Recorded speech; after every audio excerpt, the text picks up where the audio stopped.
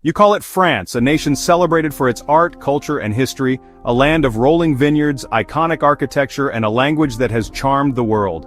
But that name, France, is not some arbitrary label. It's a living echo, a whisper from the past. It's the lingering resonance of a forgotten people, a tribe whose story is woven into the very fabric of the nation. A Germanic tribe whose ambition, resilience, and sheer force of will reshaped the destiny of Western Europe.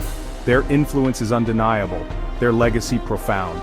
Beneath the surface of fine wine, cultivated for centuries on sun-drenched hillsides, and iconic landmarks that draw millions of visitors each year, symbols of French ingenuity and grandeur, lies a violent, complex story, a tale of conquest, adaptation, and the forging of a new identity. The Franks, outsiders from Germania, a land east of the Rhine, didn't settle peacefully. They weren't invited guests. They fought for dominance, carving out their territory with blood and steel, stamping their name on the land, a permanent mark of their victory and ambition. Their favorite weapon, the Francisca axe, a fearsome throwing weapon, and their long hair, a symbol of freedom and status, became potent symbols of their fierce identity, distinguishing them from their enemies. The Franks saw the crumbling Roman province of Gaul, weakened by internal strife and external pressures, as a kingdom to claim, not just raid, a prize ripe for the taking. Understanding them unlocks the secret behind France's name, a journey into the heart of a nation's origins, a memorial to the conquerors, not the conquered, a testament to their enduring impact. How did these so-called barbarians, often portrayed as uncivilized and uncultured, supplant the sophisticated Gallo-Roman world? Through military brilliance, innovative battle tactics, political cunning, forging alliances and exploiting weaknesses, and a pivotal religious conversion, a strategic decision that legitimized their rule and integrated them into the existing social fabric. The Franks didn't just conquer Gaul, they didn't simply impose their will upon the land, they transformed it, blending their culture with the existing Gallo-Roman traditions, creating something entirely new, laying the foundations for a new kingdom, a powerful and influential realm that would shape the course of European history. This is the story of how the land of the Gauls, a region steeped in Celtic history and Roman influence, became the land of the Franks, a transformation that echoes through the centuries. Let's uncover how France got its name, and in doing so, discover the fascinating story of the Frankish people. Why isn't France called Gaul? For centuries, this land was Gallia, home to the Gauls, Celtic tribes famed for their culture and resistance. But names reflect power. When Rome fell, the Gallo-Roman world lost its protectors, and chaos followed. Germanic tribes invaded, but only the Franks built a lasting dynasty. As their power grew, their name overshadowed the old Gallic identity. The shift was gradual. Gaul faded as the Franks' kingdom, Regnum Francorum, rose. The name France is a testament to conquest and the power of a ruling class to define an era. The Gauls' name vanished, but their legacy endures beneath the surface. Before the Franks, there was Gallia, Rome's prized province. Caesar's conquest united dozens of Celtic tribes, but Romanization transformed the region for 5 centuries. Roman roads, cities like Lugdunum, Lyon, and a unique Gallo-Roman culture flourished. Latin replaced Celtic tongues, and Roman law, religion, and customs took root. Gallia became a cornerstone of the Western Empire, rich in agriculture and trade, but the Pax Romana couldn't last. By the 3rd century, Rome's grip weakened.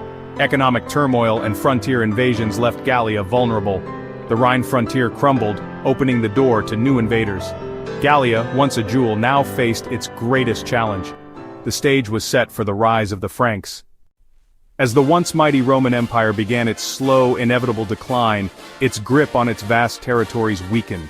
The foundations of its power, once seemingly unshakable, started to crumble under the weight of internal strife and external pressures. Beyond the Rhine River, a new force was stirring. The Franks, a formidable confederation of Germanic tribes, restless and ambitious, began to rise in prominence on the Rhine's far side, poised to make their mark on history. In the complex dance of power and survival, Rome found itself in a precarious position. Sometimes the Franks were Rome's enemies, clashing in fierce battles along the frontier. Yet, at other times they served as its mercenaries, their martial prowess bolstering the ranks of the Roman legions. These warriors fought for Rome, but their allegiances were fluid. Through these interactions, whether as foes or allies, the Franks gained invaluable knowledge. They keenly observed and learned Roman tactics on the battlefield, and absorbed the intricacies of Roman politics. Under the leadership of the Merovingians, a dynasty that would shape their destiny, and especially under the reign of the ambitious King Clovis, the Franks began to consolidate their power and look beyond their borders. With a growing sense of purpose and a thirst for expansion, they began their conquest, setting their sights on the fertile lands to the west. Clovis, a shrewd and ruthless leader, decisively defeated the last Roman ruler in Gaul, marking a turning point in the region's history and paving the way for Frankish dominance. But Clovis's ambitions didn't stop there. He then turned his attention to the rival tribes that dotted the landscape, crushing them one by one and uniting most of what would become modern France under his banner. However, his most significant and far-reaching decision was his masterstroke: converting to Catholic Christianity, a move that would have profound consequences for the future of his kingdom. This strategic conversion proved to be a stroke of genius, winning him crucial support from the Gallo-Roman elite, who held considerable influence, and from the powerful and increasingly influential church. With the backing of the church and the Gallo-Roman aristocracy, Clovis was no longer just a tribal chieftain. He became a legitimate Christian king, a ruler recognized by the established order. He had transcended his origins, transforming himself from a mere barbarian warlord into a figure of authority and legitimacy in the eyes of his subjects and the wider world. The Franks, under Clovis's guidance, embarked on a process of cultural and administrative fusion, merging their own traditions and customs with the sophisticated systems of Roman administration that still lingered in the region. In this new order, they relied heavily on the educated and experienced Gallo-Roman clergy to govern, recognizing their expertise in law, administration, and diplomacy. This unique blend of Frankish and Roman elements created a new political and cultural entity, a distinct order that would come to be known as Regnum Francorum. This was the birth of the Kingdom of the Franks, a realm that would shape the destiny of Western Europe for centuries to come. The Frankish conquerors didn't just seize land and resources. Their ambitions extended far beyond mere territorial acquisition. They embarked on a deliberate and transformative project, reshaping the cultural landscape and renaming the land in their own image, stamping their identity onto the very fabric of the region. The land, once known as Gallia, a Roman province steeped in history and tradition, was about to undergo a profound transformation. It was no longer Gallia, it was now the realm of the Franks, a testament to their power, their ambition, and their enduring legacy. From this fusion of cultures and conquest, a new identity was born, a new people forged in the crucible of war and political maneuvering. The transition from referring to the region as Gallia to calling it Francia wasn't an overnight event. It was a gradual process, a slow but steady evolution in nomenclature that mirrored the profound changes taking place on the ground. This linguistic shift was deeply intertwined with the cultural fusion occurring as the Frankish people integrated with the existing Gallo-Roman population. The blending of traditions, languages, and identities laid the foundation for a new cultural landscape, and the name Francia became a symbol of this emerging reality. Initially, the term Francia held a more limited scope, referring primarily to the northern heartland where the Franks had established their strongest presence. It was the core of their power, the seat of their kings, and the region most directly influenced by their customs and laws. However, as the Frankish kingdom expanded its reach, conquering new territories and incorporating diverse populations, the name Francia began to spread outwards, carried by the tide of Frankish influence and military success. The Latin language, the language of administration, scholarship, and the church, played a crucial role in formalizing the name Francia, giving it a sense of legitimacy and permanence in the written record. Simultaneously, the local vernacular languages spoken by the people began to absorb Frankish words and linguistic patterns, gradually transforming into what would eventually become Old French. This fusion of linguistic influences played a pivotal role in shaping the development of Old French, marking a significant step in the evolution of the French language. Consider, for example, the French word for war, guerre, comes from Frankish, not Latin. This is powerful proof of the deep and lasting influence the Franks exerted on the language and culture of the region. The Frankish inheritance customs, which dictated the division of the kingdom among the ruler's sons, led to periods of fragmentation and internal conflict. Despite these divisions, West Francia, the territory that corresponds roughly to modern France, managed to retain the name Francia, preserving a link to its Frankish origins.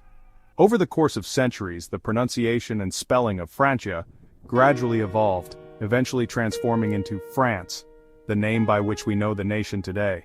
As the kingdom solidified, the kings of France increasingly styled themselves as rulers of a specific land, rather than simply leaders of a particular people, marking a shift towards a more territorial conception of sovereignty. The adoption of the name France signified a profound shift, from a tribal domain defined by the ethnicity of its rulers, to a defined nation, with established borders, and a shared sense of identity. By the High Middle Ages, France had become far more than just a kingdom on a map. It was a distinct cultural and political entity, a source of pride, and a powerful symbol of identity for its inhabitants. The name of the conquerors, the Franks, had ultimately become the name of the land itself, a testament to their lasting impact on the region. And so, France, as we recognize it today, with its rich history, vibrant culture, and enduring legacy, was born from this complex interplay of conquest, assimilation, and linguistic evolution. No story of the Franks is complete without Charlemagne Charles the Great. As king, he built the largest European empire since Rome, crowned emperor in 800 by the Pope. Charlemagne's reign fused Frankish power with the church, shaping European politics for centuries. He reformed laws, standardized currency, and sparked the Carolingian Renaissance, a revival of learning and culture. His court in Aachen became a beacon of scholarship, and his reforms left a lasting mark on Europe. Though his empire fragmented, Charlemagne cemented Francia's place at the heart of Western civilization. For centuries, kings of France and Germany claimed his legacy. Charlemagne's shadow loomed over Europe, making the Frankish name legendary. France's name survived because of a strong, centralized monarchy and a powerful national identity. The Capetian dynasty ruled from Paris for over 800 years, forging unity and stability. Regional identities faded as the French language and culture spread, championed by the monarchy. The Ordinance of Villers-Cotterêts made French the official language, cementing the nation's identity. France became synonymous with power, culture, and prestige, its name respected across Europe. Even the French Revolution didn't erase the name, instead it redefined what it meant to be French. The revolutionaries embraced France, tying it to ideals of liberty and citizenship. The name endured, carrying both royal and revolutionary legacies. France's identity was no longer just about kings, it was about the people and their shared story. The name France became a banner for the modern nation. The journey from Gaul to France is a story of conquest, transformation, and identity. The Gauls' name faded, but their legacy lived on beneath Roman and Frankish layers. The Franks, led by Clovis and later Charlemagne, forged a new kingdom and a new name. Over centuries, their identity became the land's own, surviving revolutions and upheavals. France's name is a living monument to its conquerors, a testament to the power of a determined minority. When we say France, we echo the legacy of long-haired Frankish warriors and their axes. Nations are forged in conflict and fusion, their names shaped by those who rule. Subscribe for more hidden histories, and tell us, which country's name should we explore next?